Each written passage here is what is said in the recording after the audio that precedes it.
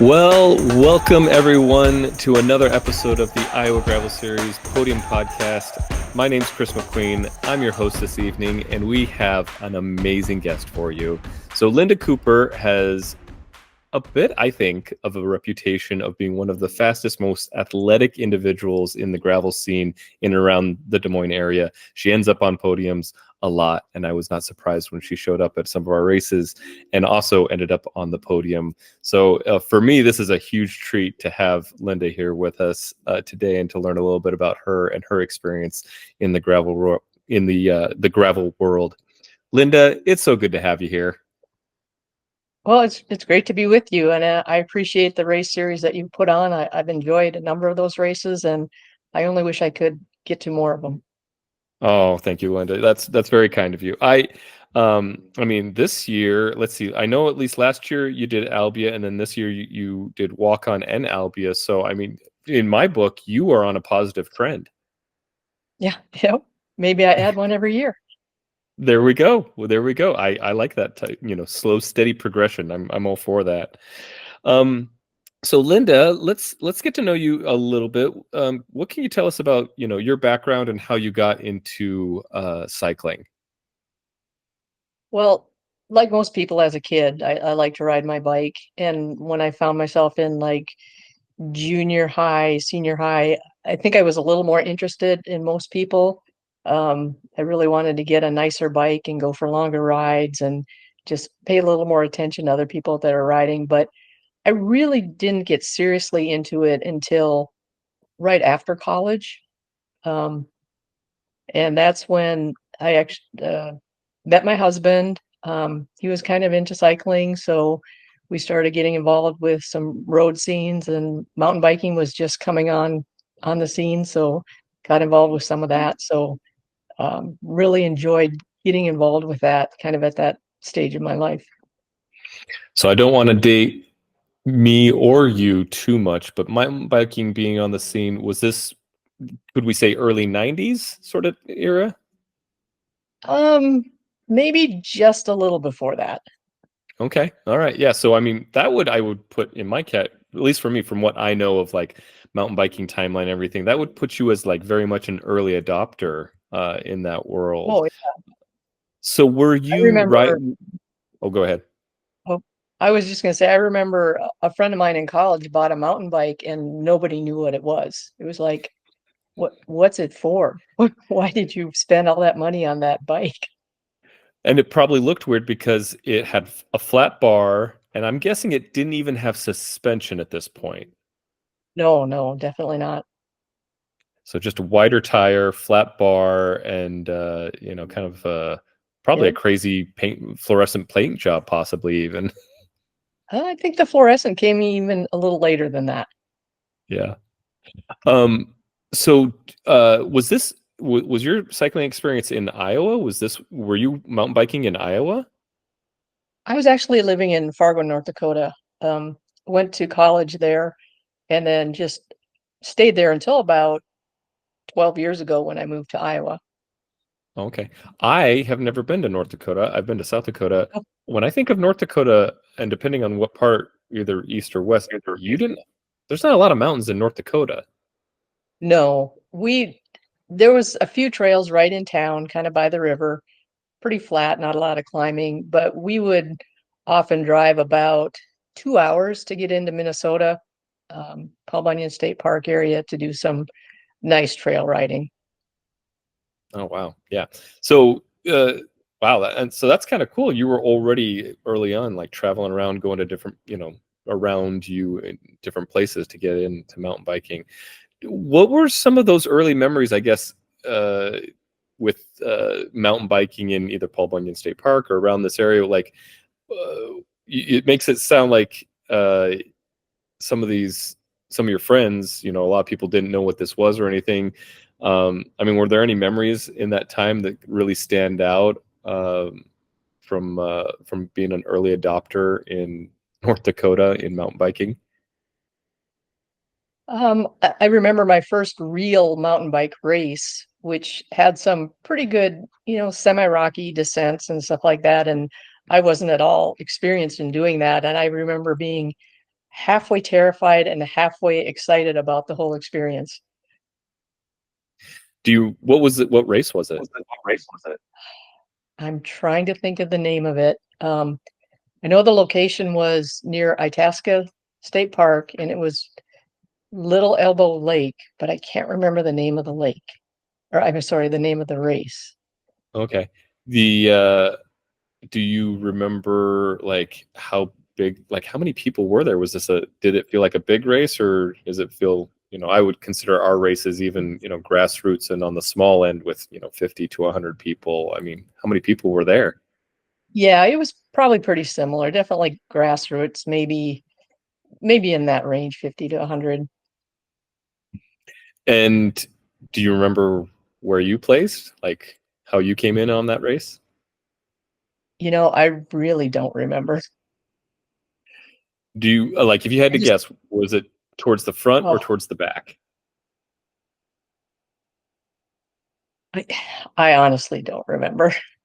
I mean, I wasn't cycling seriously at the time, so I think I was just happy to finish. And to me, it was a longer race for a mountain bike, so just happy Gotcha. to run it. So that's kind of some of the early memories. Uh, what has maybe kind of happened between then and now? Because now, you're in Iowa, you're doing, some of the Iowa Gravel Series races, and maybe we need to figure out what other races you've done. But as you look back from now and from that point until now, what are some of the events that really stand out in your mind that have been either some of your best or favorite, or maybe the ones that have challenged you the most? Yep. Well, when I was in Fargo, there wasn't a real strong racing scene. There was a really small group, kind of a tight-knit group of bikers, and we all did, um, you know, some road biking, mostly for training. I didn't do a sanctioned road race until I moved to Iowa. But we would do some mountain bike races. I started getting into cyclocross, I think pretty early for the area, probably around 2007, something like that. And that really kind of fueled my interest because it was cross between, road biking and mountain biking. And it was enough of a neat sport that I felt like I could kind of stand out just because there weren't that many people doing it. Um, but just always did a little bit. And then probably the last, I don't know, 5 or 6 years that I was there, the gravel scene started to kind of blow up a little bit. And I remember doing El Monzo for the first time, which I was totally unprepared for. It was 40 degrees and raining, and I think I made it about 40 miles, and I had to bail out. Yeah, I mean, that's 40 degree. I think that kind of weather can actually be the worst, because it's so, like, Oh, if it's snowing, you kind of can protect against that, right, but if right. it's You can stay cold dry. and windy, you can stay dry, exactly.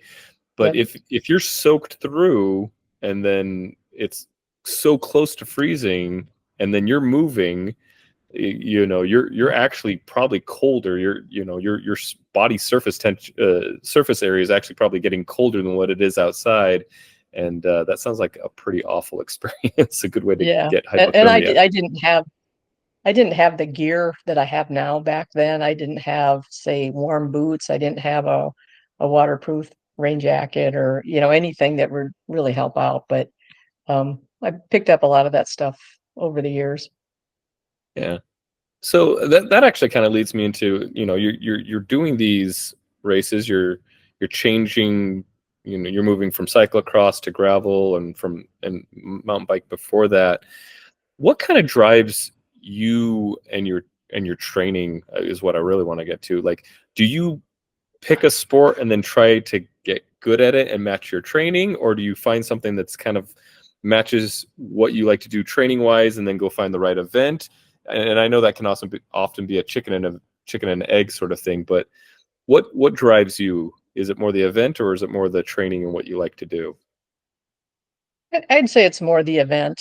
Um, I don't I don't do a lot of really event specific training. I just try to get good hard training rides in when I can. Obviously for cross season, I'll do cross practices, which are, short and high intensity. But other than that, I'm just kind of out there trying to put in some good time. And probably my biggest driver for training has always been just wanting to ride with a group.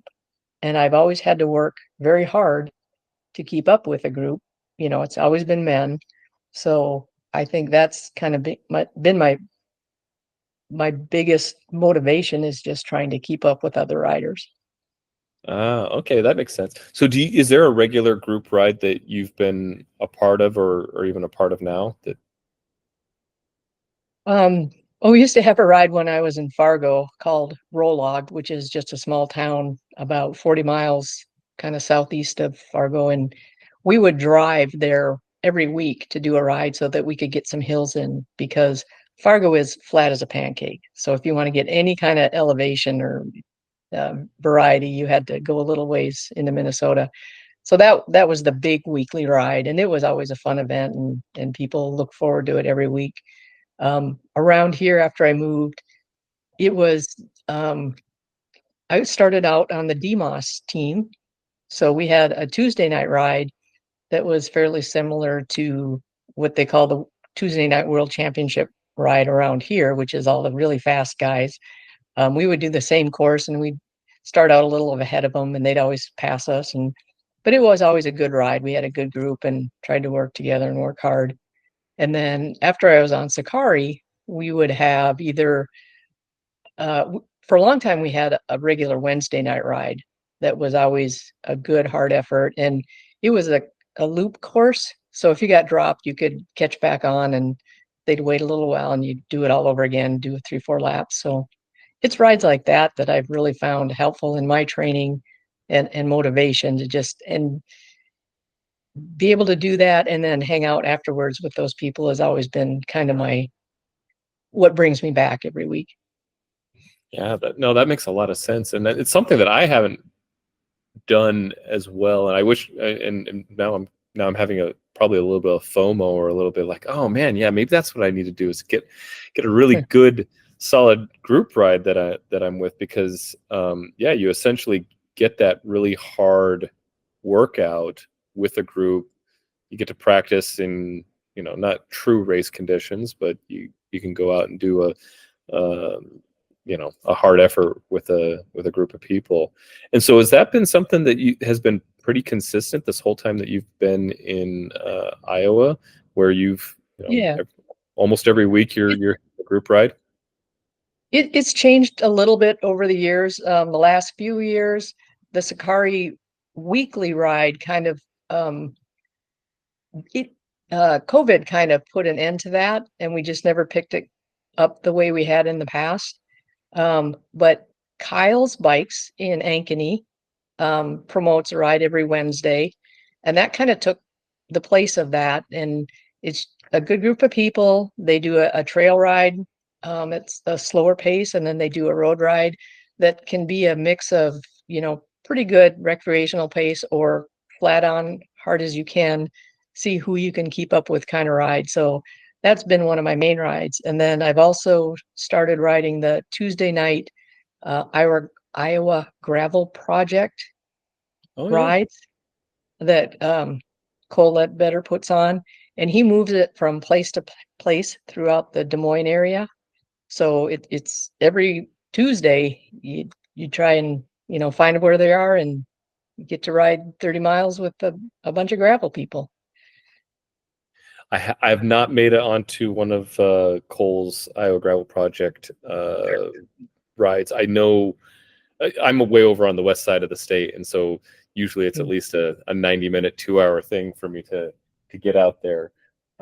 But I think the world of Cole, and I know he does great stuff. So that kind of paints a picture for me. So it sounds like you still have, through Kyle's Bikes, a harder effort.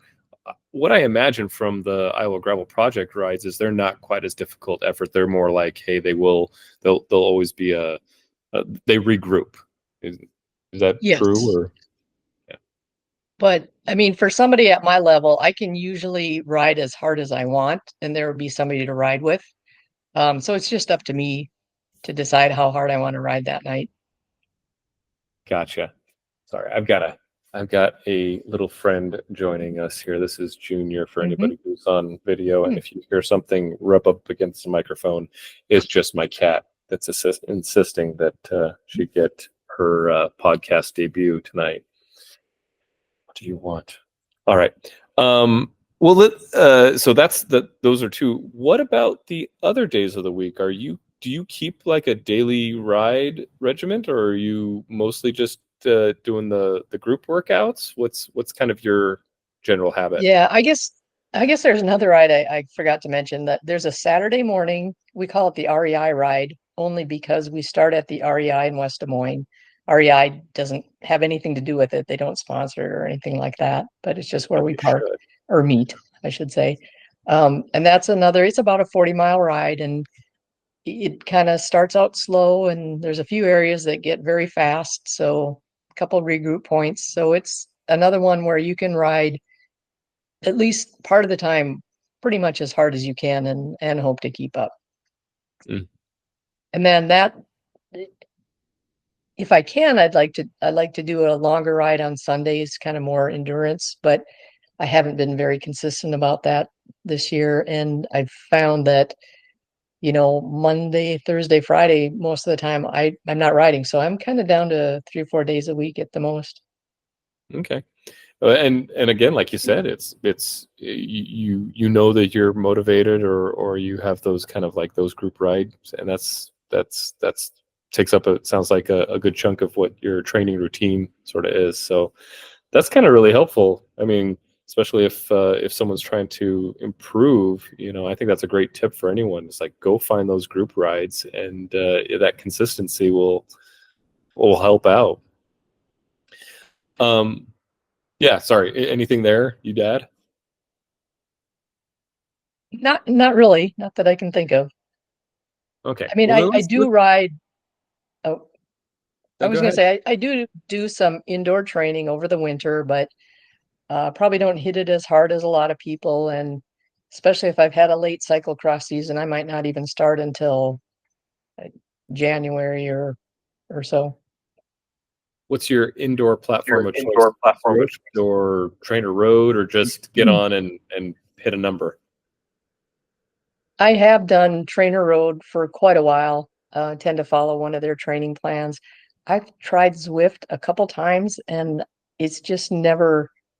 I've never seen the benefit of it for me. I mean, I don't want to get on, 2 or 3 days a week and just race, which I think a lot of people enjoy. Um, I appreciate a more structured approach, and I think Trainer Road gets me that. Yeah, Casey Ralston, who's on the board for the Iowa Gravel Series, he does a number of group rides on Zwift, but it sounds like what he's doing is essentially what you're doing. Like it's the group ride for him, and Mhm. those efforts, and so that's not what you need. You need that structured training, and I love that too. I love Trainer Road. I'm a big fan of it, and that's when I've usually done really well with my training. It's been using that and then augmenting it with longer zone 2 efforts outside. So much of Mhm. cycling and is figuring out what works well for you and the goals and the lifestyle that you have. So to each Sure. their own. Yeah. But in terms of like trying to figure things out, I'm curious what I feel like there's so much that whether you're figuring out the gear, you're figuring out the training, but also a big component of that has always been nutrition. What have you learned over the last, say, 10 years or so, as you have moved from mountain biking to cyclocross, shorter efforts at times into longer efforts on a gravel bike? What have you learned about nutrition and fueling on the bike that's Feeling helped on the you? bike that's um I don't know that I've learned a lot in the last few years. Whenever possible, I like to get my nutrition through a drink mix. Um, I have kind of a sensitive stomach, so it's hard for me to take on kind of a lot of food that would be hard to digest. So I try to keep it, either gels or drink mixes. I think I've found in the last couple years, I probably tend to underfuel a little bit, and I've been trying to be a little better about that this last year or so. But I think I'm probably not the best at it compared to some other people. But I mean, I've kind of limited myself now to about a 60-mile race too, so that makes it less of a challenge to try to keep up with that. yeah, because I mean, your time at Albia, you were just over. You were well, you were under 4 hours.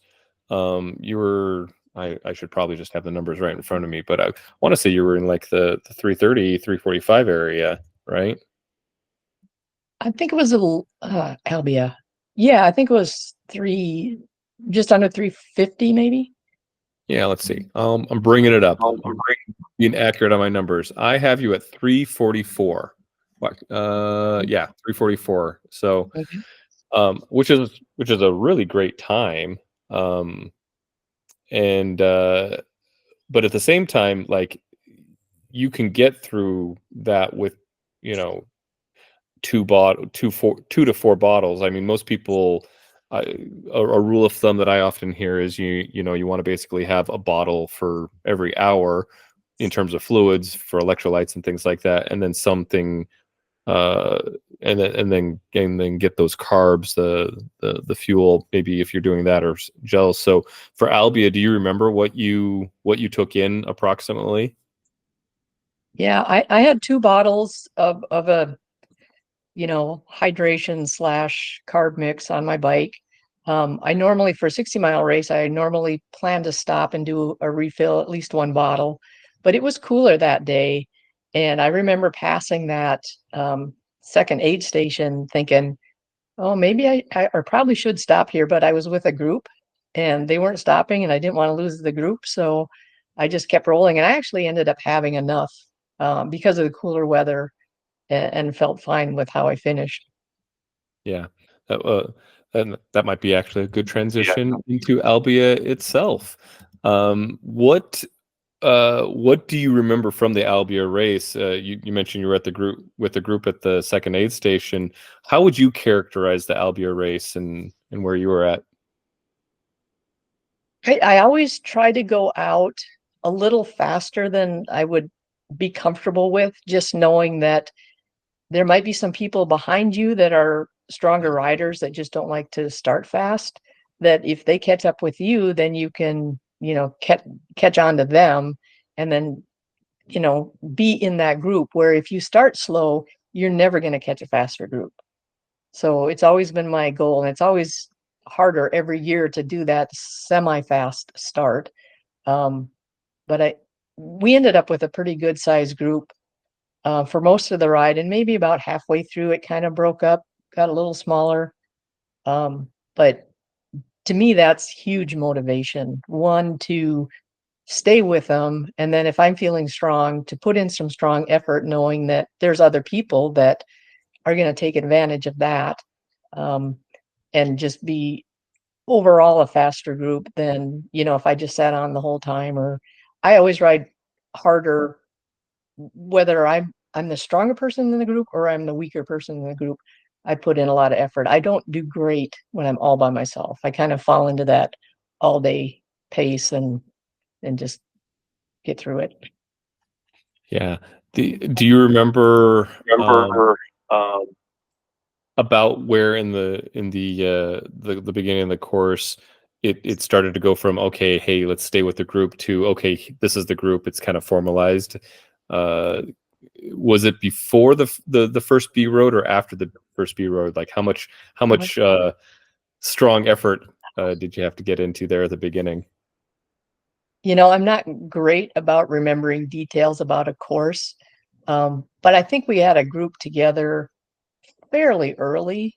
I would say within the first 5 to 8 miles, that kind of gelled. I don't remember where that B road was, but and I think I know I can't remember how many B roads, but the one that was pretty long and pretty overgrown, that Hmm. was definitely a separation point. We lost a few people there.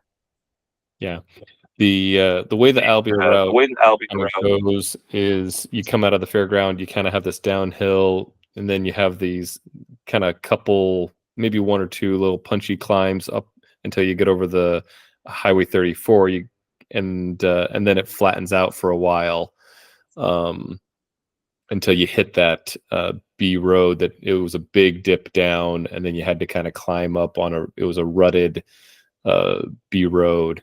And so I was imagining that B road was going to separate a lot of folks because it was both a climb and also it was technical in that there were those ruts there. So you probably about there is what you're thinking. Yeah, I think there was still a fairly decent group that came through that together. I know I had a kind of a close call. I was riding pretty close behind somebody and they got into a rut because the person in front of them, didn't say anything. And then I was right behind him and we both had kind of a nice save, but managed to keep it rolling through there. This was the second year you've done Albia because you did it last year as well. Albia is one of those courses where I keep changing it. A lot of the courses on the Iowa Gravel Series end up being kind of the same year to year if I can, because they're pretty solid routes. Albia, there's actually a surprising amount of options to take people through, and it changes the dynamics of the course quite a bit, but hopefully in good ways. Why did you decide to come back to Albia, and did it meet your expectations? It did. Obviously, one of the reasons why I came back is because it's reasonably close to Des Moines area. Although I did have to get up very early to be there for a 7:00 start. And the year before, I think I had a pretty good ride, but I did get a flat. So I dropped off with a group that had been a pretty strong group, and I think more or less stayed together for most of the race. So I did end up riding a lot of that by myself. So kind of wanted to go back and see what I could do if I was a little more fortunate this year. Were there any surprises this year, or just having that contrast? What did you think, 2023 versus 2024? Anything that stood out?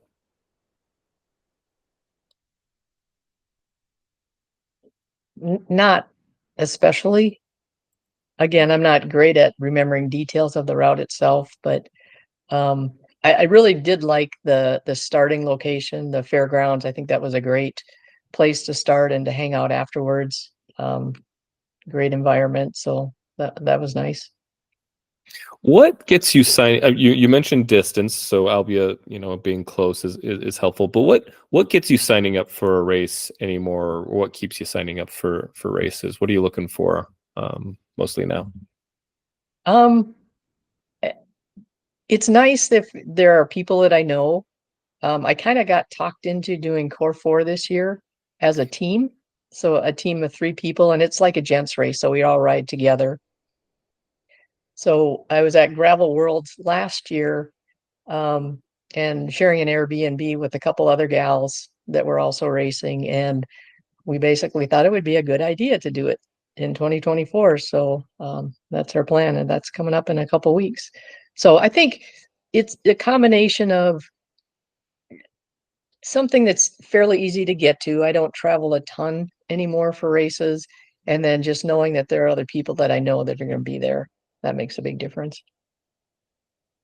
I've been trying to get more and more people to go to your series. I'm working on it. Oh, That's really kind of you, even with my early starts. Yeah. Yes.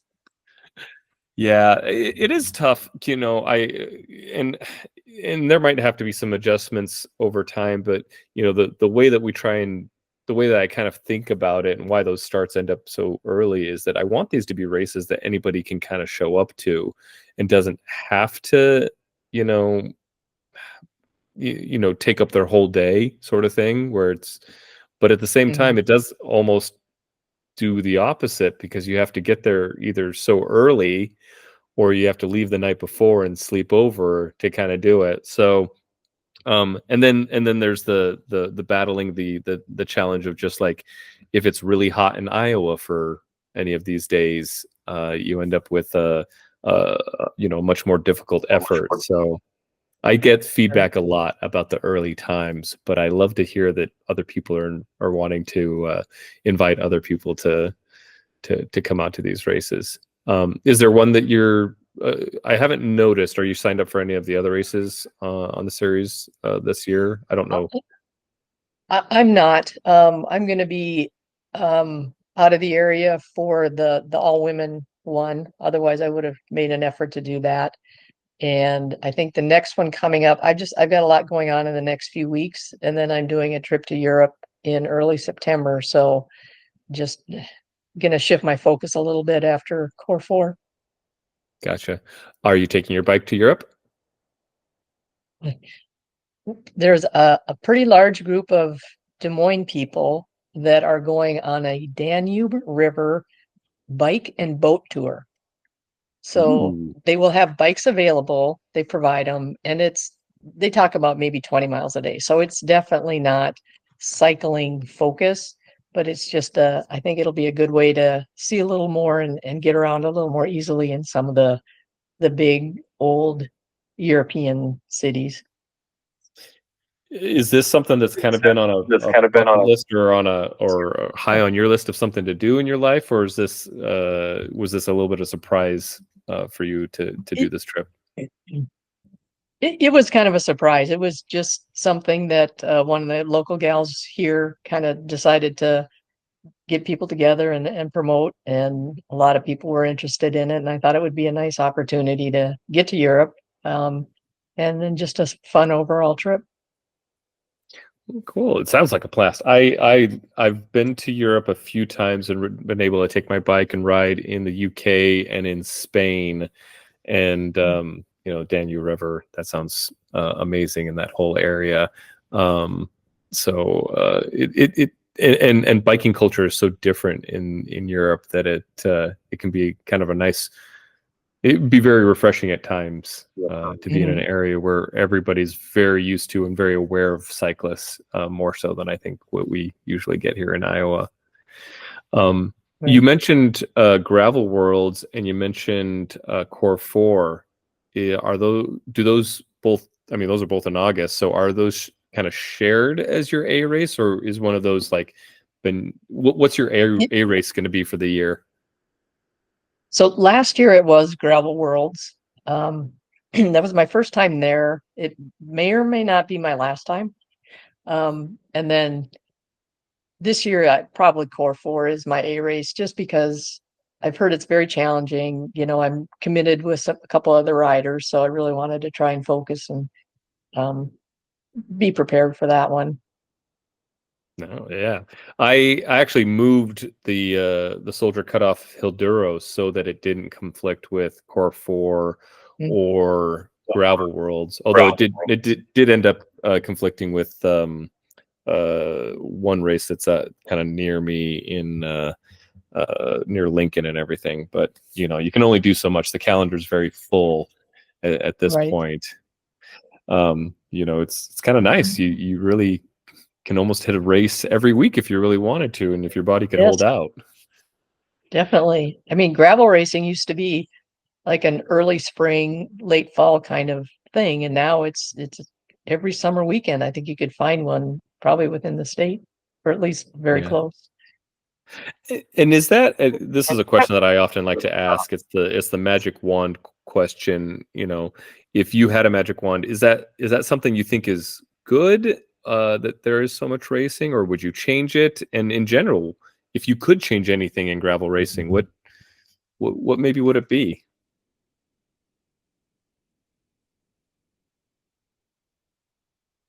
I guess I don't know. I mean, to some extent, with there are so many of them, you kind of feel like you don't get a huge group at any one of them, or at least not as many.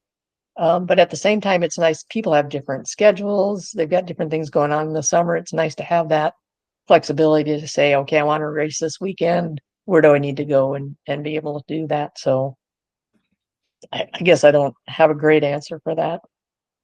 Yeah, it's tricky. I think you make a really good point, though. The cycling world kind of has its Olympics or the Tour de France, but not everybody gets to participate in those. The running world has the Boston marathons and the Chicago marathons and the New York marathons and the LA marathons that do, get a large group of people, but it's not every runner in the US sort of thing.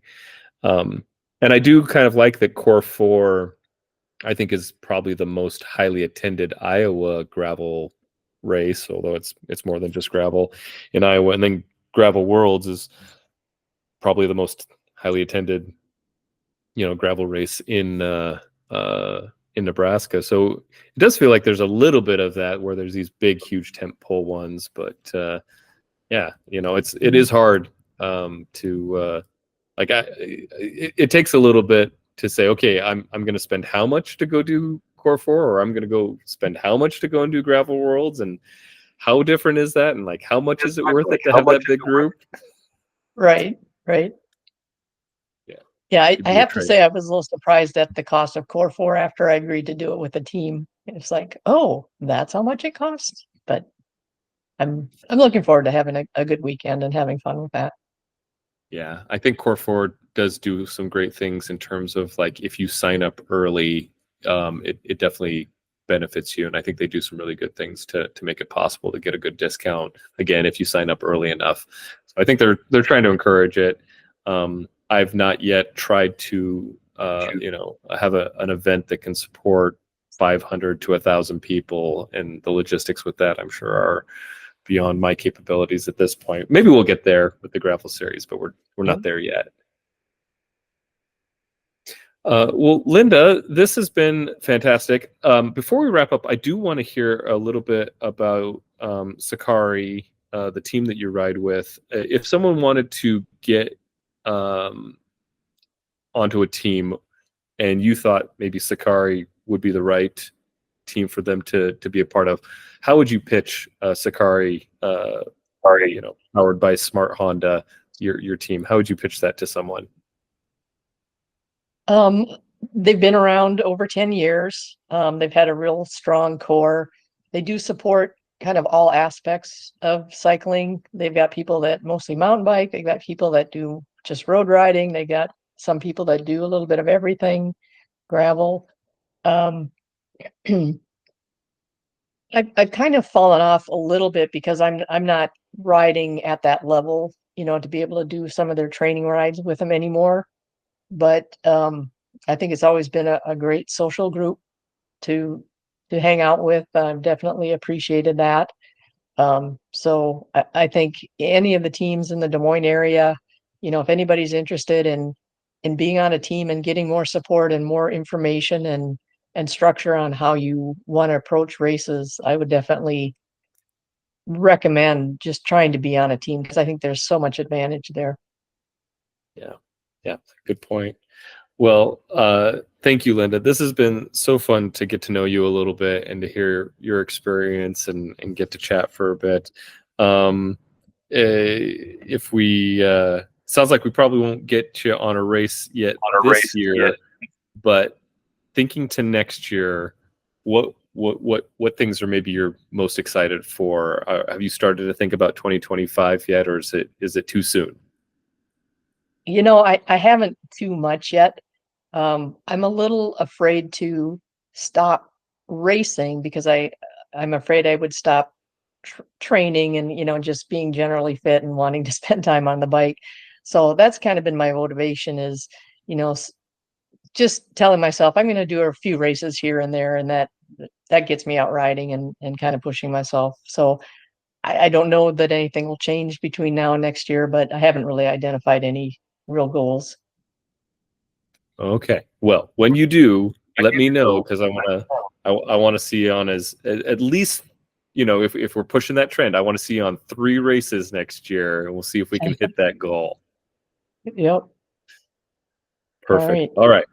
Well, thank you so much, Linda. It's been a pleasure chatting with you tonight, and we'll see you soon. All right. Well, thanks a lot.